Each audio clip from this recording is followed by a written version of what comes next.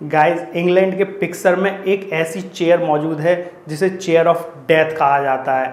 मतलब इस पर बैठने वाला हर आदमी मर जाता है। दरअसल ये चेयर थॉमस बब्सी नाम के एक व्यक्ति की है जिसे इस चेयर से बहुत ज़्यादा प्रेम था और उसे किसी अपराध के तहत फांसी दे दी गई। फांसी लगने से पहले उसने इस चेयर को स्थापित कर दिया। दूसरे विश्व युद्ध के दौरान ये चेयर एक पब में रखी गई और इस चेयर पर जो भी सैन्य अधिकारी या सैनिक बैठता वो मारा जाता और सैन्य अधिकारी सैनिक या जो भी इस चेयर पर बैठता वो मारा जाता।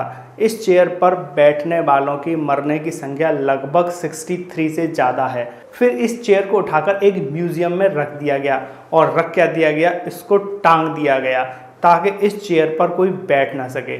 तो गाइस, ऐसी स्थापित चेयर के बारे में आपका क्या कहना है? लंदन पुलिस ने सन 2006 में एक फ्लैट से एक कंकाल को खोजा जो सोफे पर बैठा टीवी देख रहा था। बाद में पता चला कि ये कंकाल लगातार 3 साल से इसी तरह बैठा हुआ टीवी देख रहा है। और कमाल की बात तो ये थी कि टीवी लगातार 3 साल से सेम चैनल पर चल रही थी। और बाद में जांच में पता चला कि ये कंकाल 38 वर्षीय जॉयस कैरोल का है, जिनकी की मौत सन 2003 में ही टीवी देखते समय हो गई और 2003 से 2006 तक कंकाल लगातार टीवी देखता रहा। तो गाइस, कैसा लगा आपको ये टीवी देखता हुआ कंकाल? हमें कमेंट बॉक्स में ज़रूर बताएं।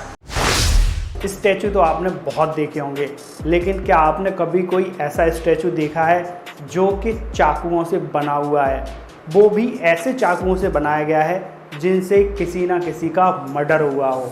लंदन के एल्फी ब्रैडली ने इस तरह के 1 लाख चाकू का यूज़ करके एक 24 फुट का स्टैचू बनाया है जिसमें उन चाकू का यूज़ किया गया है जिनसे किसी को मारा गया था।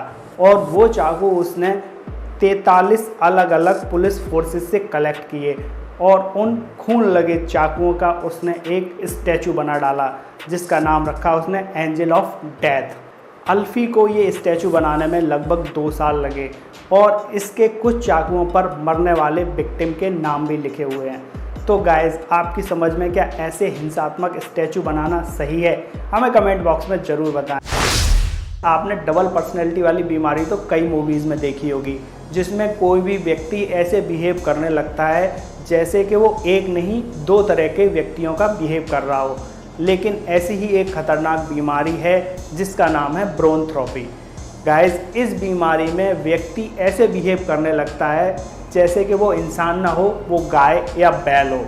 तो गाइस, इस तरह की परेशानी जिस भी व्यक्ति को हो जाती है, जिसको भी ये मानसिक रोग हो जाता है, वो गाय या बैल की तरह घास चरने लगता है और सेम उन्हीं की तरह व्यवहार करने लगता है। कुछ लोग तो ट्रीटमेंट से इस बीमारी से बाहर आ जाते हैं, वो सही हो जाते हैं, लेकिन कुछ लोग जीवन भर गाय या बैल बने रहते हैं।